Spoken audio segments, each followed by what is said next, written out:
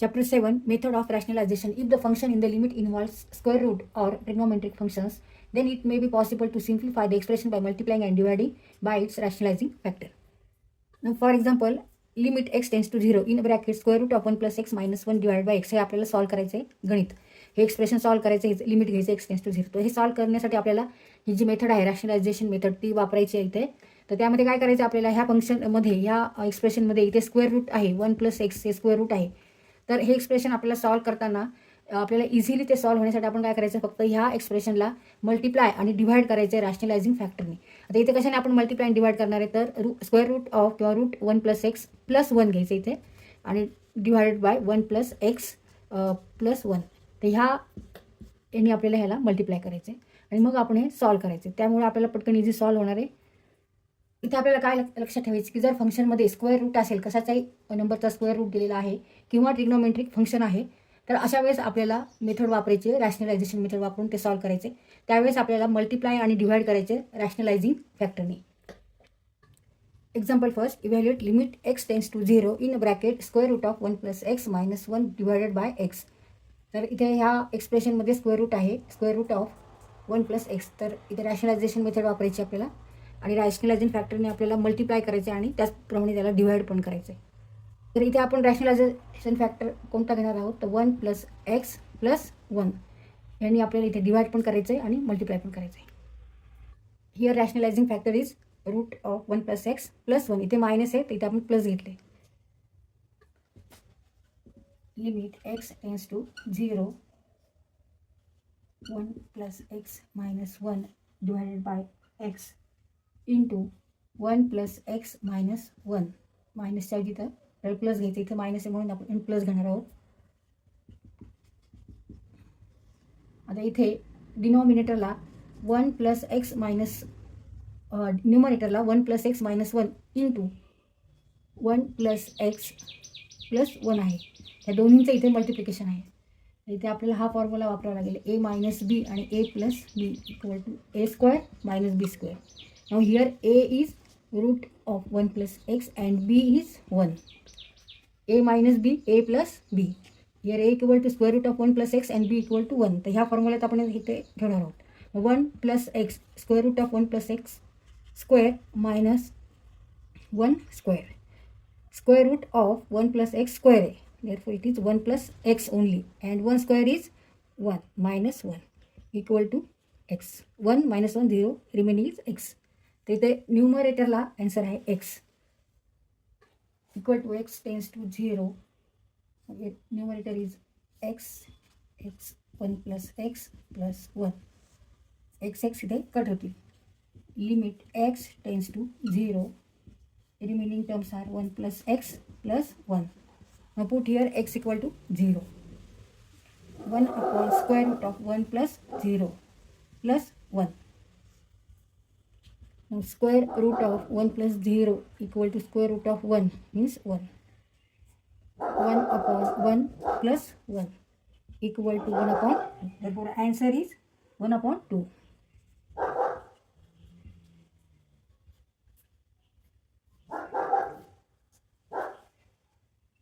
आणि ते रिझन लिहायचं आपल्याला as x tends to 0 x is not equal to 0. इथे आपण एक्स जेव्हा कट करतो तेव्हा रिझन काय लिहायचं आहे ॲज एक्स टेन्स टू 0. जरी एक्सची व्हॅल्यू ही जवळजवळ शून्याची आहे पण ती शून्य नाही आहे त्यामुळे आपण हे असं कट करू शकतो. इथे 0 0 घ्यायचं नाही आहे कारण व्हॅल्यू ही शून्याच्या जवळ आहे त्यामुळे आपण हे असं कट करू शकतो. त्याच्यामुळे आपल्याला रिझन काय लिहायचं आहे as x tends to 0 x is not equal to 0. आणि त्याच्यानंतर ही स्टेप लिहायची 1 upon square root of 1 plus x plus 1.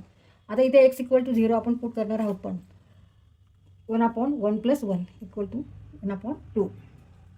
Example 2, evaluate limit z tends to 0 in bracket b plus z raise to half b plus z raised to half म्हणजेच b plus z to the power half minus in another bracket b minus z raised to half divided by z.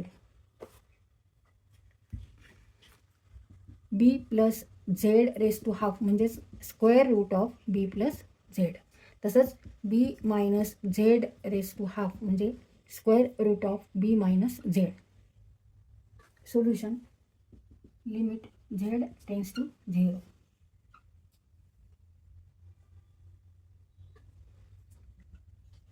Limit z tends to 0.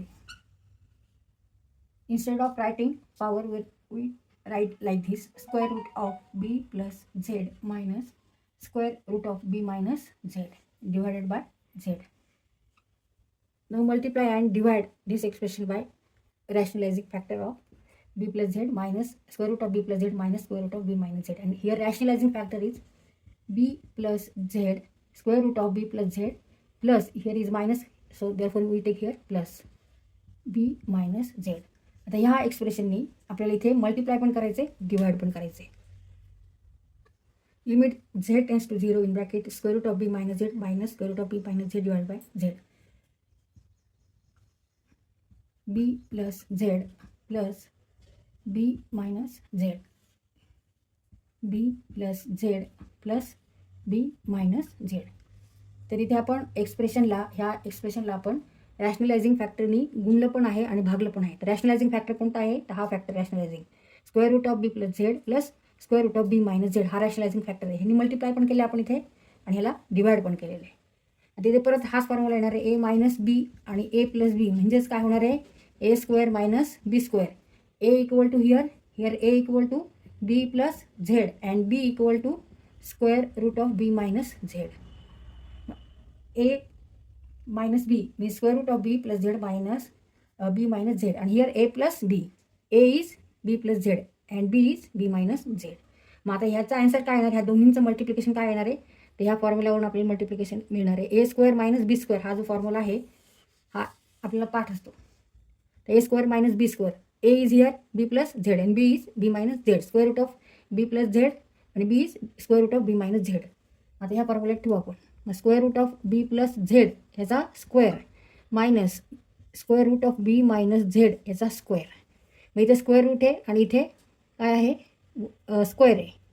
म्हणजे b plus z raise to half आहे आणि त्याचं काय आहे? Square आहे. म्हणजे 2 2 cut होतील. Remaining answer is B plus Z.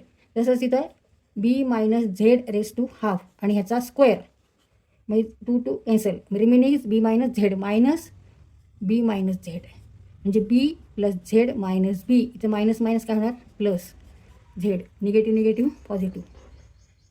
B minus b is equal to 0. Therefore here answer is z plus z 2z. ह्या दोन्हींचं मल्टिप्लिकेशन किती आले? तर 2z आलेले multiplication. Limit Z tends to 0. Here answer is B plus Z minus B minus Z divided by z in bracket b plus z plus b minus z.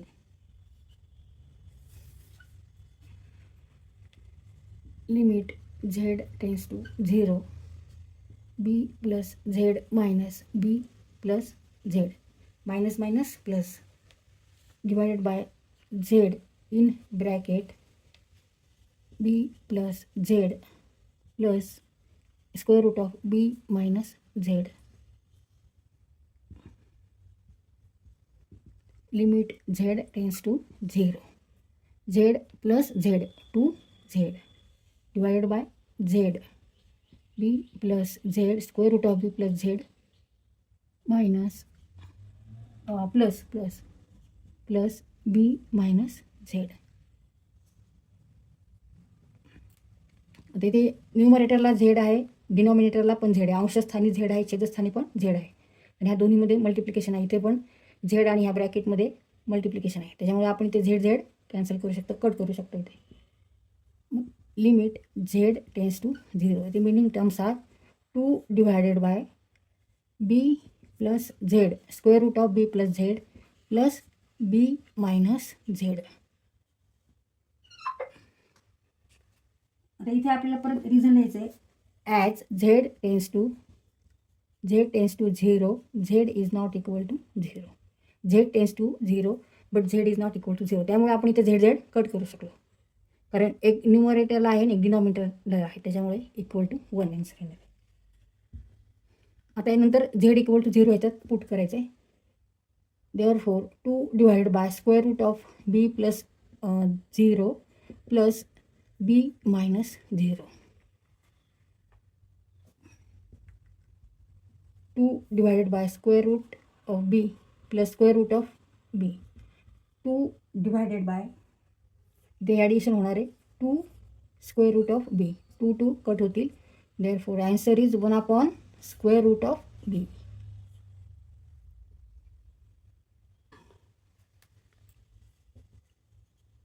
Answer. मग उत्तर काय आहे? 1 भागिले वर्गमुळात बी. 1 भागिले वर्गमुळात B. 1 upon square root of B. और 1 divided by square root of B.